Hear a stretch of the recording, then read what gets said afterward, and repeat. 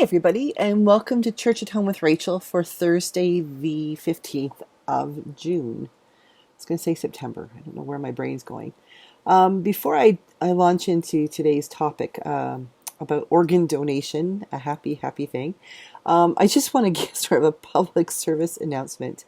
One of our friends here on the channel, Wayne, has been experimenting with the AI Bard, and did a little research for us about one of our maybe friends. I'm not sure. You might have noticed the last couple of weeks there's been a commenter named Tim who has been kind of heckling away and pushing my buttons, and every once in a while I cave and I respond. And other people have been jumping into the fray, including my mom. And something was noticeable yesterday, that Tim's handle on his YouTube account changed. And Wayne did a bit of research, and it's quite possible that Tim isn't really Tim, that Tim might be an AI bot who may be just experimenting with us, for which I would say, hey, I feel privileged to be part of an experiment. Or it could be some kind of a negative bot, like a troll, who might be trying to infiltrate us and take us for all we're worth. I don't know about you, but I'm not worth much financially, so there's not much to be taken for. However, I just want to let you know that, Tim, if you are a real person, as much as sometimes, you and I seem to clash, I do appreciate your comments. If you are an AI bot, you're very good, and congratulations and kudos to whoever created you. But if you are a real person, please let us know, and please know you're always welcome on the channel. If you're a bot, you can feel free to leave. The other part of this is that if this is a bot and something's happening, I will let you now know that I do not have a PayPal account. And if at some point somebody puts up something or uses my picture or my handle to suggest that maybe you should support the channel in some way, shape, or form, financially that is, that won't be me. I will not ask you for money. I'm not going to ask you to support. Now, if we ever get to the point where this channel is doing so well that we can open up a Patreon account or something like that, then I will tell you, but we are not there, and I don't foresee doing that in the near future. And I have no desire to interact with you on a financial level for anything. I just really enjoy your company and the back and forth we're having, and the way that your questions and comments help to open up my mind and encourage me to see the world in new ways, or to rethink things I've been thinking, or even just maybe to be, you know what, I think I was right about that. So I really appreciate you, and that's where it goes. I'm not going to ask you for money. I'm not going to suggest you send money to a PayPal account, things like that. And if I were ever to do something like an emergency fund or something for Red Cross or something, I would be really totally upfront about that. I would not, but I'm not going to say, hey, can you support the Church at Home with Rachel channel? Not going to happen.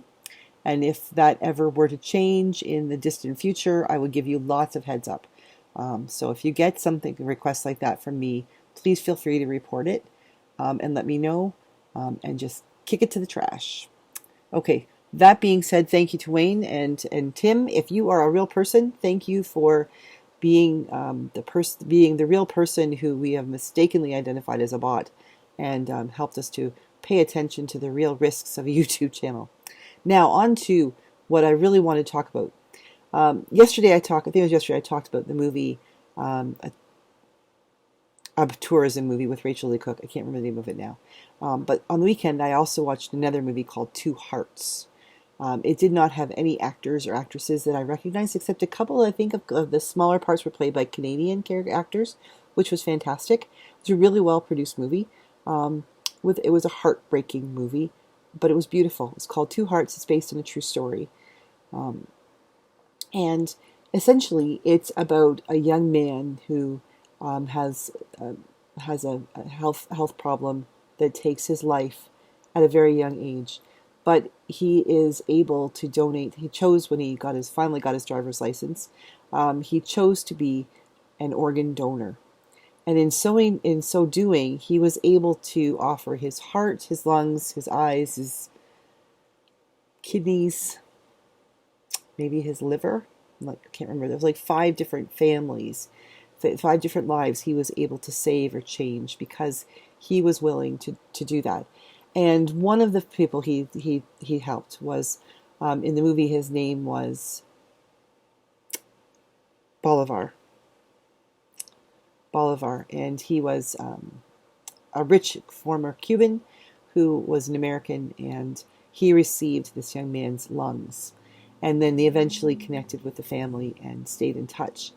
And he created a charity called Gabriel's House, House of Hope, for those people who are dealing with transplants.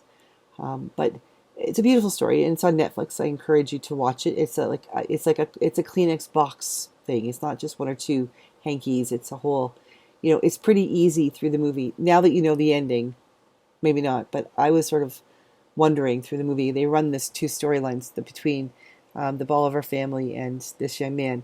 They run the two stories parallel, but it was really powerful. But it really, I went through a lot of what my husband refers to as snot rags by the time I was done the movie. But what it really made me think about is organ donorship. And for most of us, I don't know about you in the States, but in Canada, we have the opportunity when we get our driver's license to fill out an organ donor card and to let our families know, let people know that if something were to happen to us, that we would be willing to allow our organs to go to be used to help other people or for science. That's a hard conversation to have with people. I think probably it's a hard conversation to have with yourself. I'm not of two minds. I am back and forth on this one. I'm pretty certain, I have to check, that on my driver's license it says I'm an organ donor. But at this stage in my life, I'm not sure which organs they'd want to keep. You never know. But theologically, I have no issue with it. I'm not worried about, parts of my body not being there for resurrection, and that's not the kind of theology I have.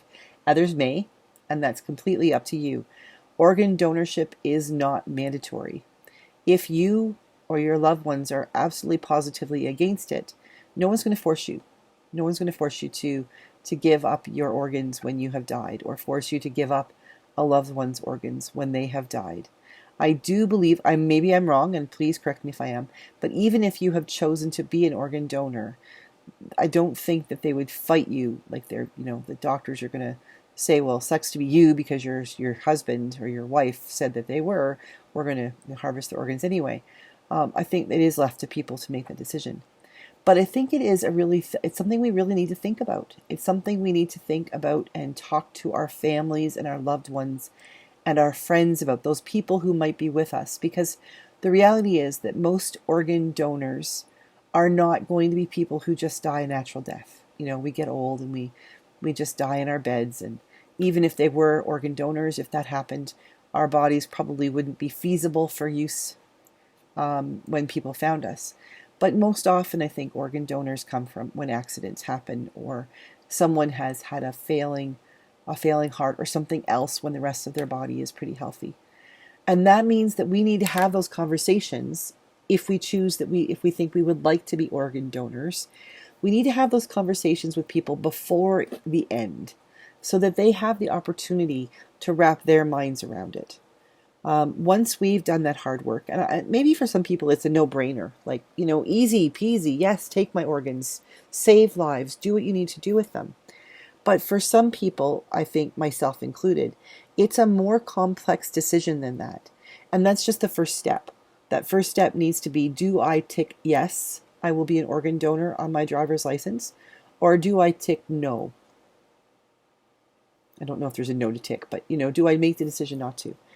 If we go through the process of thinking and considering what this is about and what we would be doing, and we say, yes, I think I would like to be an organ donor, then I think it behooves us to we have the responsibility to have a conversation with our loved ones, with those people who might be around us. Not everybody's married. Not everyone has a spouse or family members that are close to them. But most people, not all, but most people do have that core group of people around them. Coworkers, neighbors, your bowling buddies, your hockey team, your book club, your knitting group. Those people that that you trust, those people with whom you can have those really deep spiritual and meaningful conversations. Have the conversation with them. Let them know where you have written it down. Maybe go ahead and write that down. Other than just your driver's license, write a note or a letter saying to whom it may concern, or to my parents or my children or whomever. I have given it consideration, and I would like my organs to help another family, to help another life. And make sure that somebody who knows you, someone who'll be close to you, knows where to find that letter, or knows that they have the ability to speak for you when you can no longer speak for yourself. Because that's essentially when we're going to make this decision, right? So I don't know that you would ever be in a position to need to or be able to offer up your organs, but I do think it's a good thought experiment. It's a good process to go to think, could I do that? Can I theologically, can I spiritually, can I morally make the decision that I would like my organs to be donated to help other people, or even for science? And if so, how do I help the people around me to honor that decision and to understand that it was truly a decision that I made from a good place in my life? What do you think?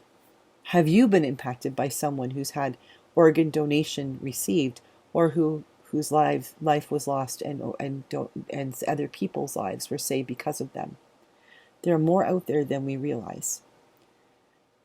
Give it some thought. Let me know what you think. Have a great day, and I'll see you again tomorrow for Friday's Feel Good Church at Home with Rachael. God bless.